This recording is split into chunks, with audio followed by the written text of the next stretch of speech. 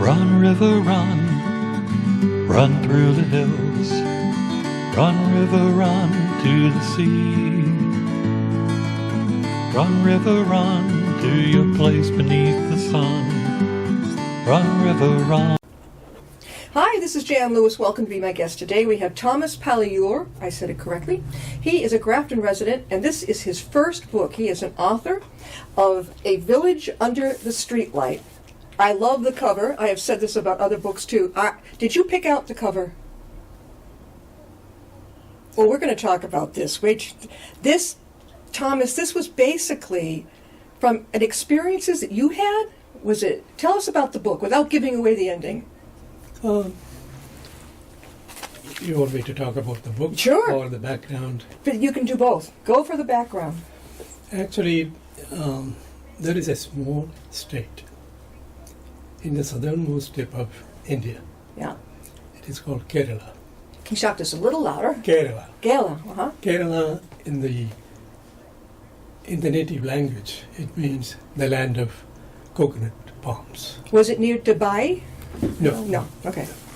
And indeed, the land is full of coconut palms. Mm-hmm. And also on one side, on the west, it is the Arabian Sea. Mm-hmm. And on the east, a mountainous region. You got the sea on one side and the mountains on the other. Side. And on the plains, it is coconut tree, paddy fields, Yeah. fishing. And when you go on the slopes of the mountain, it is a lot of tea plantations. Tea plantations. Tea plantations. You know, I didn't know that. Well, I kind of do. There are many teas that come from India. India, yes. Right? I hope there's no tariff against those. No. Better not be, right? You will never know. What tea brands do we get? Taj Mahal. Okay, I've seen that. Yes. Do they mostly go to the natural food stores, or are they at our regular grocery store? Regular stores. Okay, as well. all right, yeah. So the tea Yeah. plantations, huge tea plantations. When you go even the higher elevations, you have spice Yeah. plantations. Spices, everything you get here, it all comes from there. So turmeric and garlic, all those spices come from India? So when I'm going to the Not grocery... garlic. No, not Not garlic, garlic. but turmeric? Yeah, turmeric, then the Cloves, cloves. cardamom. Okay, cloves. Cardamom. Right. How about parsley? No? No. No, not parsley. How about curry? Yes, right? Curry leaves. Curry. I know that some Indian food I really like, especially the cookies. I like. Cookies. Oh yeah, when I went to Indian meditation, one of the ladies would bring cookies, Indian cookies. Indian cookies. Delicious. I couldn't get enough of them. They were good. But then at the end of meditation, the teacher would pass around almonds. I'm not crazy about almonds, you know. Indians are. Yeah, why is that? Why? They're good for you. Yeah, it is good for you, and also it is not that easily available in India. Oh, it's not? It is expensive. Why would it be more expensive there than here? Import? Import. You are importing. Oh, we are going to talk about, first of all, what made you, Thomas, decide to write A Village Under the Streetlight? Yeah, that is in mainly Kerala. And it is a wonderful place because it has got lakes, the sea, and a lot of canals. The canals, uh-huh. Canals and lakes. Uh-huh. And vegetation is very rich. Of course, I talked to you about the coconut palms, then cashew nuts, cashew plantations. Right. So there was a change that came about after several generations. It was cataclysmic. Tell us about that. The book, even though she gives a little twist around political transformation, because that is true also. After British left, when India got independence, there is a transition from the British rule to democratic institutions. What year was that? 1947. So in 1947, About 70 years ago. India broke with the Brits. We throw Britain out. Yep, that was it. And it also gave rise to two nations, Yeah. Pakistan and India. Right. Now, you grew up in India. in India. What city were you from? It is called Tricur, Kachur? yeah, and it is a suburb of Tricur. Mhm. That is the main city, and I grew up there. So you grew up there. When did you come here to the States? 1978, 1978. You've been here a long time. long time. Did you work here too? Yes. What did you do for a job? Well, I'm a molecular geneticist. Hey, what now? Molecular geneticist. A molecular Geneticist. Geneticist. Wow, genesis. I can't even say it. Geneticist. Exactly. Molecular. So Yeah. did you have your degree in science and engineering? Well, science. Where did you go to school? Went to Europe, Yeah, in Belgium, and also I studied in Bombay. and in Bombay too. Bombay too. Did you, when you got here, had you already been through college? Yeah, You yeah. had. So you were able to. After that, I already got the PhD and worked in India Yeah, at the cancer center, yeah. along with my wife. Actually, You I met her met there. her there. Yeah, you Met at her. the cancer center in India. Yes. Is there only one? At that time, only one. Now there are many. Oh my God, you've been up to UMass, haven't you, in Yes, Worcester? They've yes. got a terrific center for cancer and also the research. So you've been up there. Yeah. What do you think? I haven't been to UMass. Yeah, UMass I have not. not yet. Now, I think you'd love it. Having been a geneticist, molecular geneticist, UMass was all their research. Yeah, because I worked in Ohio State. At In the what? Medical school. Medical school. Ohio State. Ohio State. And also at Yale. You had to go through medical school? No. No. You Working worked there. Working there. You worked there. Both at the medical school at Yale University and Ohio State. All right, now, what happens here? What gave you the idea that the street light, what was that all about? That is the title. Yep. It is an intriguing one. And I wanted to intrigue people. Yeah, definitely. Well, how long How did can you have a village under the street light? how long did it take you to write it? About 2 years, 2.5 years. Did you know you were going to be an author? The reason, let me explain to you. When I was growing up Yeah. in that small village, there were so many interesting, fascinating, and puzzling characters in that village. They always fascinated me. Yeah. When I was very small, some of them frightened me. You were in a fight? Frightened me.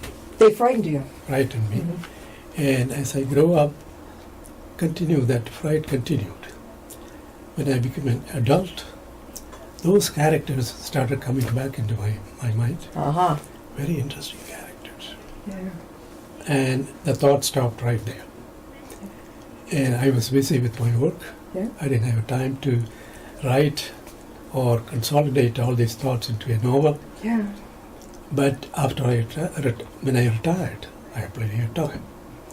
Started working on it. I said, hey, these characters, Yeah. I can build into a story. Yeah. Well, you sure did. That is the story. And so, for example, Muttoma, Yeah.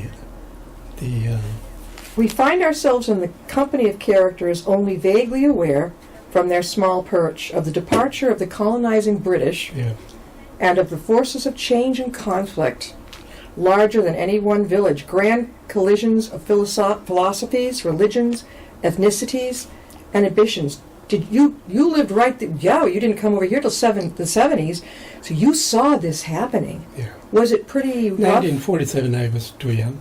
Yeah. The India got the independence. Hmm. I still remember going to the rallies. The what? Rallies. you know, Rallies. Oh, yeah. Yeah. Rallies celebrating the independence of India, Uh-huh. holding the flags and And you were right there. right. Yeah. I remember all that. I was too young at that time, and but at the same time, I was very much into it because Yeah. I used to read a lot. Oh, you're a reader.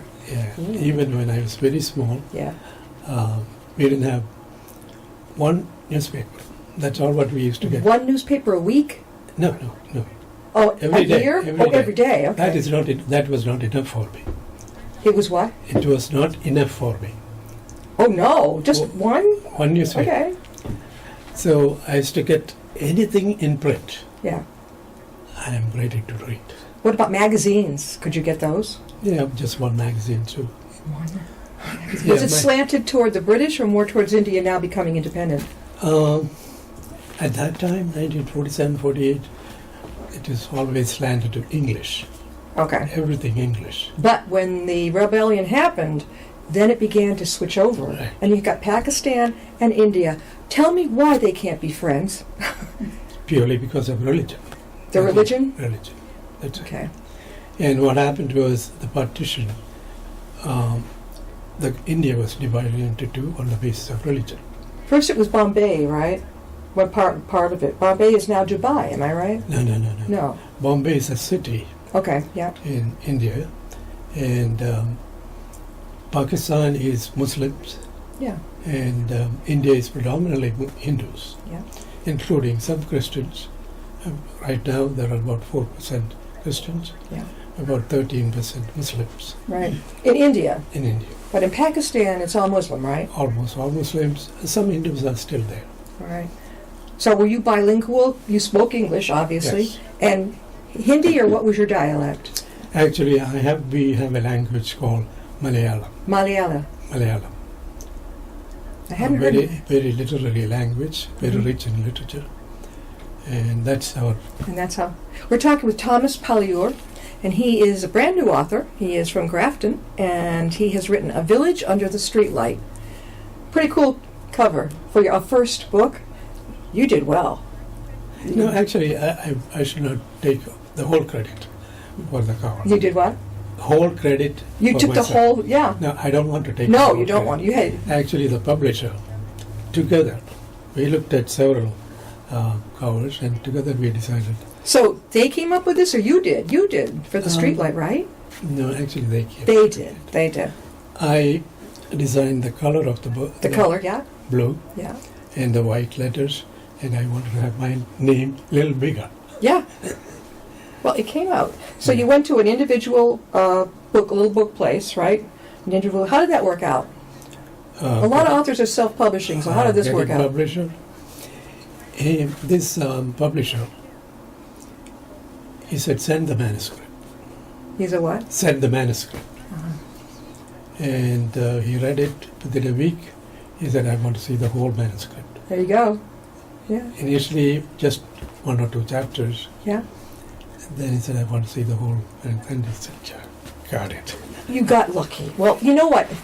This is an individual company. Authors don't get so lucky, with the big ones. It's Yeah, like, no, maybe they take a year and they reject you. You won't get anywhere near. No. Have you been appearing anywhere, Thomas? Have you been giving any presentations and book signings? Book signings. You have been. Where have you been appearing?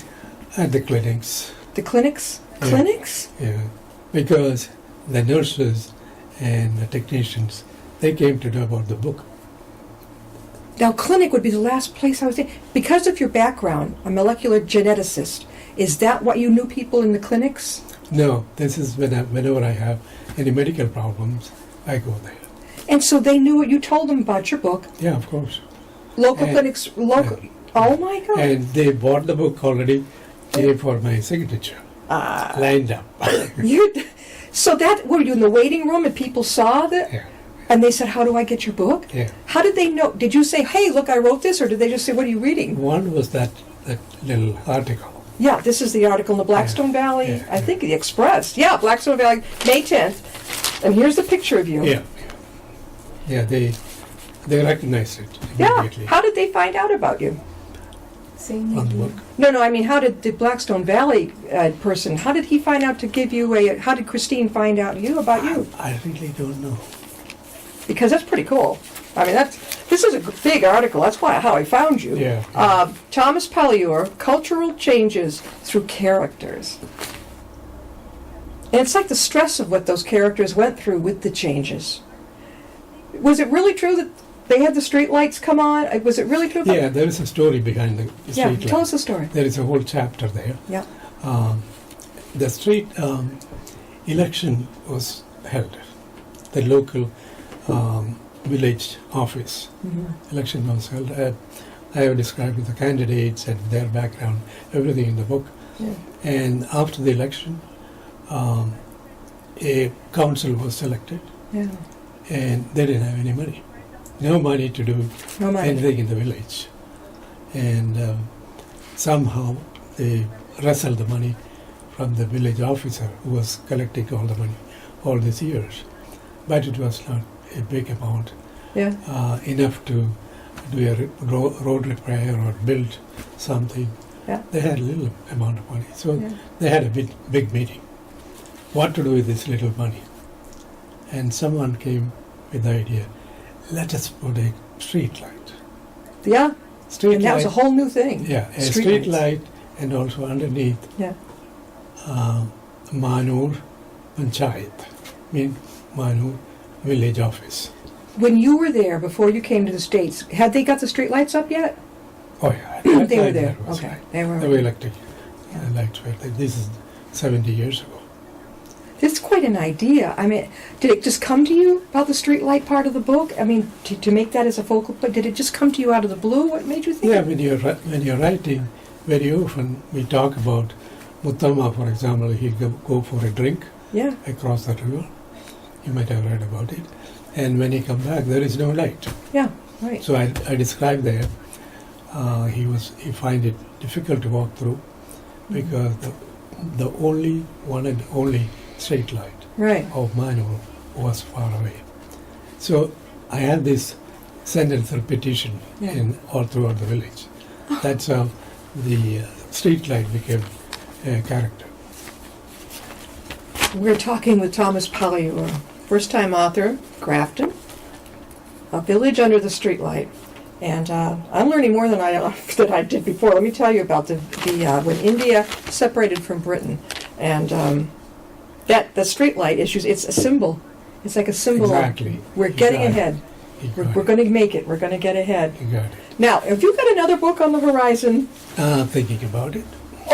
Okay, what would it be about? Do you know? It is most likely an autobiographical. A what? Autobiographical. A biography? Yeah. Oh, for yourself? Autobiographical novel. Huh. Are you looking forward to it? Of course, of course. When do you think you might start that? I already started. You've already started it, and you just got this out.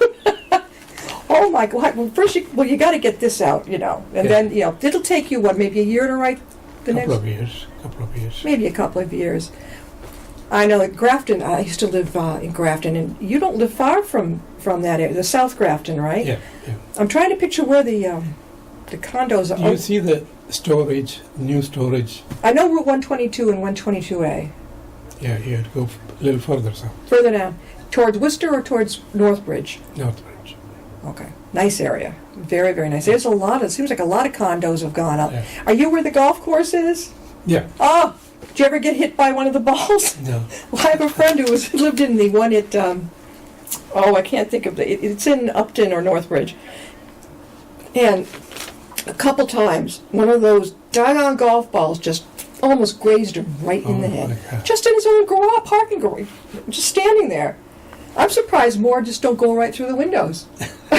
You don't worry about that, huh? Oh, I think I would be like, We have toughened glasses. you have what? Toughened glass. Oh, in your condo, you've got the real strong glass. Well, seriously, the ball couldn't Yes. go through it. No. Do all of the condos have We are that? hoping. They're what? We are hoping it won't go through. You're hoping it doesn't go through. Whack! Oh my gosh! But when you bought it, did they tell you that it was hopefully foolproof to Well, the? the golf course is a little far away. It's what? It is a little far away Yeah. from where we are. So we are not. So you're not too worried. No. Okay, well, don't move any closer to it. Oh, next thing you know, you're going to have a tennis court beside you. Right, I right. can go right through the ball. So you'll have another book to write about how the tennis ball got me or how the Right. golf ball got me. Thomas, how can people get your book? Tell them how they can reach you. They can get it from Amazon.com, Barnes & Noble, or any other bookstores, both online as well as regular bookstores. You can get it. But the easiest is to get it from Amazon.com, From what? Amazon.com, Amazon.com. Mhm. or Barnes & Noble. And also, it's going to come to the library here, Yeah. so you can get a copy here, A Village Under the Streetlight. I like the fact, it's like historical fiction, in a way, right? Yeah, it is. It is 70 years ago. Yeah. How it was. I want to ask you. Hmm? I want to ask Okay, go ask ahead. you something. What do you think about the chapter 14? Okay, let's go to chapter 14. Aha! He knows his chapters. Okay, I hit 9, let's At the very see. end. Okay, 13. He's got me. All right. I can't believe that the people in the waiting room, they wanted to see your book. Did the doctors buy it? Yeah. You have a magical touch. One or two doctors, not all. The staff, Other people I gave you gave it to them. gratis. They didn't buy it. You gave it to them. Yeah. You're generous. All right, let's go. All right. More than the street light itself, there was a character the villagers invariably associated with the light, Valet. Tell us about Valet. You tell us. Valet. Valet. Valet is the first and one and only employee of the village office. The first and only body of what now? Employee. Employee. Okay. And his job is to light the light. Light that street light. That was his street light, job. because it's kerosene, not electric. Yeah. And also douse it in the morning. That was his job. That was That his is Valet. job. Did you ever know anybody who did that? Yes. You did, so you could probably go back to that memory and kind of use that. That's what I did. He was the only employee of the Panchayat. Panchayat, that is the village office. That was a village office, but what did they do there? A village office take care of the citizens' needs. Taking care of the people there. Birth and death, registration, vaccinations. He was the one who kept the light lit at night, doused it at dawn. Every day at dusk, he could be seen walking toward the street light, a short ladder in his right hand and a can of kerosene in the other. Don't bring a match. Right? Did you ever try? No, you're too young. You didn't. As he walked with a gentle swinging of his right hand, the ladder creaked rhythmically. You could hear him coming. As the green street light, he leaned the ladder on the pole, climbed to reach the light, opened the glass door, ascertained there was enough fuel in the reservoir, lit the wick, and dismounted the ladder. And is that all he did? Was that his main job? That's his main job. That was his main job. And did they pay him well for that, do you think? I hope they did. I hope they did. Are those street lamps still there now? Obviously. No, it's all gone. So it's all electric now, right? It's all electric. Street lights from every few streets. When was the last time you went back to visit your 10 hometown? years. Huh? 10 years. 10 years? Most of the family there, or is it up here? Most of the family back in India. Oh, wow. Did they come here to visit Yeah. you? They come here. Oh, that's good. Yeah. We just had our niece and her family came last week. They were here last week, Yeah. and they went back to India? They went back. Think they're going to come in here and stay? They like it back there. Yeah, I don't know. You don't know. Are you the only child? No, we are 6. 6 of you. 6. Were you the youngest? 3 girls, 3 boys. Where were you? One youngest? I'm the 4th. Okay. So there were 4 boys. How many now boys? 3 boys, 3 boys, 3 girls. 3 girls. So you were third in line, right? 4th in life. That's a big family. It is. And you all grew up there. Yeah. That's a lot. Your mother and father had their hands full. Growing up in India compared to here. Yes. When you came here, did you find the culture tough? Culture shock. Yeah. Culture shock. Did you have trouble with that? Well, I'm well prepared for American life because I've seen it all Yeah. on the movies. The movies, well, it is. It's not all cowboys and Indians. Let me tell you. You know that now. Oh, when you first came here, where did you land? New York or Boston? New York. You went to New York. What made you come up this way? The job. Your job. Yeah. Do you miss it doing the molecular geneticists? Yes, I do. You do. I do. Is there any way you could go back as a mentor and help the young ones coming up? I do all the time. You're doing All that? the time. Full-time, My part-time? wife also is a scientist. That's how you met it. Yes. Oh my God. We're talking with Thomas Palayoor. We've got about 2 minutes left. Thomas, again, how can they can go on Amazon and look Barnes up and Noble. Barnes and Noble, A Village Under the Streetlight. And then pretty soon it's going to come here to Upton, to the library, get a copy there. And you're telling me you have another one coming up. This ought to be good. Another one coming up, too. You're going to be a busy boy. You're going to be really, really busy. What do you just write now, or do you... Well, you also mentor, right? Yeah. A molecular geneticist. The brains it takes with a PhD. Hard to imagine. You're good with numbers and science, right? Yeah. You're direct opposite. How'd you do in English language and history and that type of thing? English. You did well in that. Very good. Well, Loved the language. Loved the language. My father was an English teacher Your father was an English teacher in India, in India. so you had it made learning the language. I learned it, most of it from him. Introduction to English literature. Are your parents here or in India? No, They passed they're out away. there, passed away. They passed away. Well, I thank you for being here. It's been fun to finally meet him. We've talked on the phone. We've had lots of emails back and forth. See how easy? It's been great. Thank you, Thomas. Thank you very much for inviting me. You're welcome. To your program. We'll see you next time I'll be my guest.